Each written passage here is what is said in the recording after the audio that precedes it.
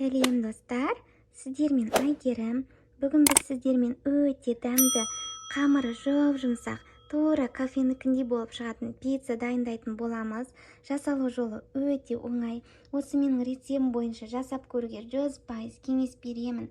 Әлі алда көптеген ерекше рецепттермен бөлісетін боламын. Сондықтан каналыма тіркеліп, лайк басып кетуді ұмытпаңыздар. Ең алдымен ыдысымызға жылы суымызды құйып аламыз. Оның үстіне жарты шай қасығы ашытқымызды саламыз.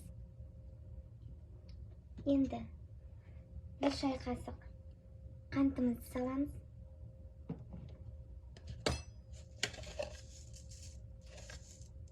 Bir шай қасық тұзымызды салып, жақсылап араластырып аламыз.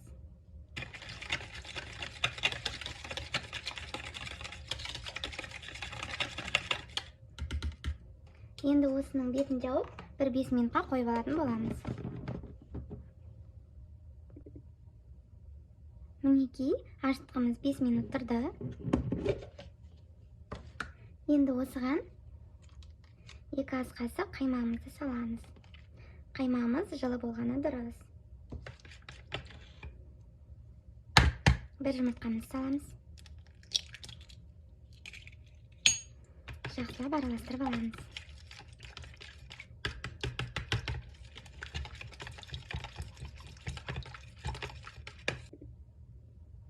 Жақсылап араластырып аламыз. Араластырып алдым. Енді осыған ситадан өткізілген ұнымызды қосып отырып, қамырымызды илеп алатын боламыз. Ұнымыздың барлығын бірден қосып жібермейміз. Аз-аздан қосып отырып, илеп алатын боламыз.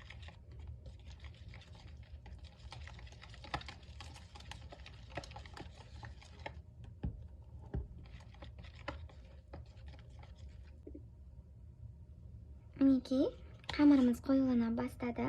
Ары қарай венчигіміздің күші жетпеді, сондықтан қолымызбен илейтін боламыз.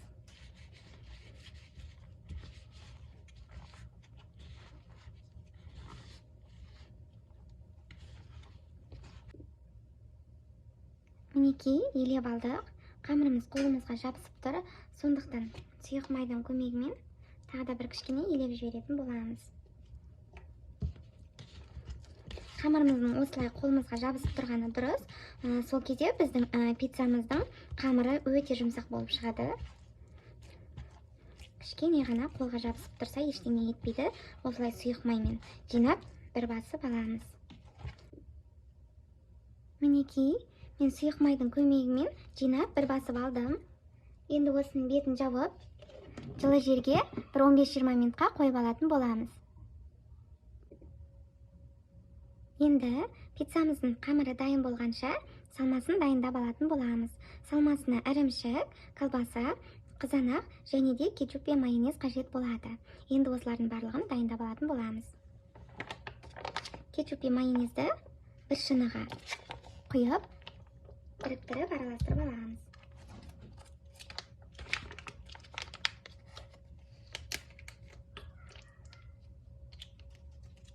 Екеуін тең көлемде қосыңыздар.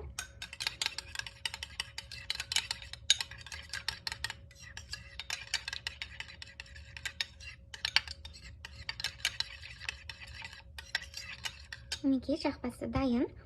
Енді колбасамызды турап аламыз.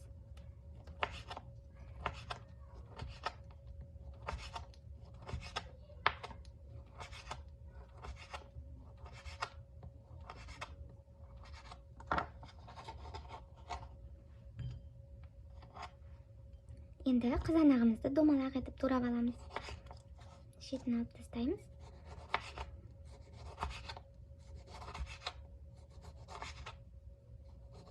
Қызанақ болмаса, қызанақ қоспай қойсаңыздар да болады. Бұл міндетті емес. Енді ірімшігімізді майдалап турап алатын боламыз. Менің ірімшігім жұмсақ болып тұр, күшпен өткізгенге келмейді. Сондықтан мен майдалап турап шығамын. Сіздердің ірімшіктеріңіз қатты болса, күштен бірден өткізіп алсаңыздар да болады.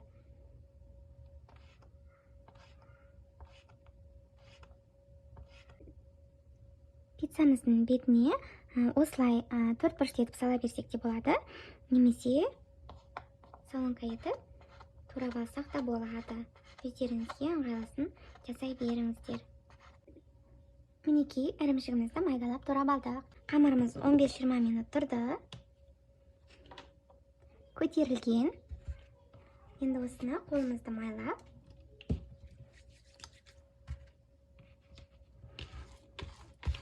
табағымыздан шығаратын боламыз. Біздің елеген қамырымыздан 2 пицца шығады. 2-ге бөліп алдым. Енді біреуін шетке ала тұрамыз. Кеп кетпес үшін бір табақтың ішіне салып бетін жауып қойыңыздар, немесе салафанға орап қойсаңыздар болады. Ал екіншісін жаятын боламыз. Қолымызды кішкене майлап жібереміз, немесе онымен жайсаңыздар да болады. Мен майдың көмегін пайдаланамын. Мінекей, домалақ етіп жайып шықтық. Енді табамызды қыздырып алатын боламыз.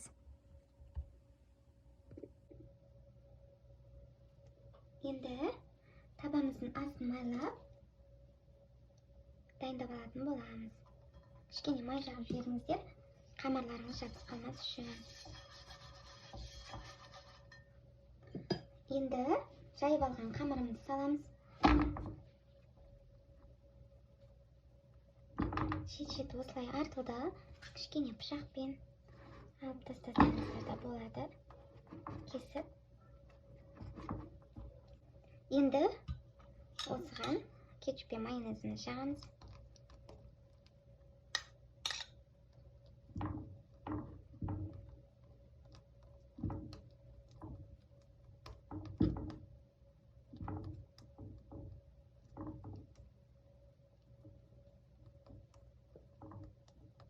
Енді осының үстіне колбасамызды саламыз.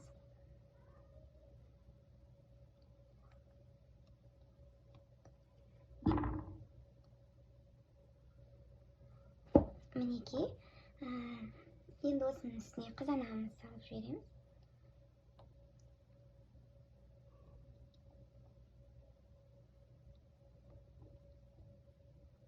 Мінекей, барлық салмаларын салып шықтық. Енді астын жағып, жайлатып, қақпақпен бетін жауып, 1-5 минуттай қамырын пісіріп алатын боламыз. Әзірге ірімшікті салмаймыз.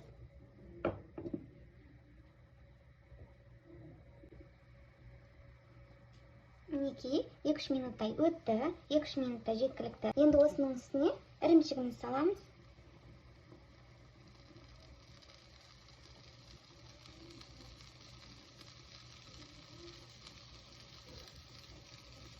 Барлық жеріне жеткізіп жауып шығыңыздар. Ірімшік көбірек болса, дәмдірек болады. Енді осының бетіне менде орегано деген приправа бар. Осы орегано приправасын аз мөлшерде сеуіп жесеңіздер болады. Пиццаларыңыз өте дәмді болып шығады. Мұндай приправа жоқ болса, алып қоюларыңызға кеңес беремін. Пиццаның фишкасы десе де болады. Сондықтан осы приправаны алуға кеңес беремін. Ірімшігіміз ерігенше тағы да 2-3 секундтай қойып алатын боламыз. Мінекей, пиццамыз дайын болды. Өте дәмді болып шыққан сияқты. Енді осыны қазір кесіп көретін боламыз. Өте аппетитно. Мінекей достар, біздің пиццамыз дайын болды. Өте дәмді болып шықты. Қамырын қарасаңыздар, өте жұп-жұмсақ, ауыздарыңызда ериді. Тура кофенің қамырындай болып шықты. Осы менің рецебім бойынша жасап көрулеріңізге кеңес беремін. Еш өкінбейтін боласыздар. Міндетті түрде жасап көріңіздер, ас болсын.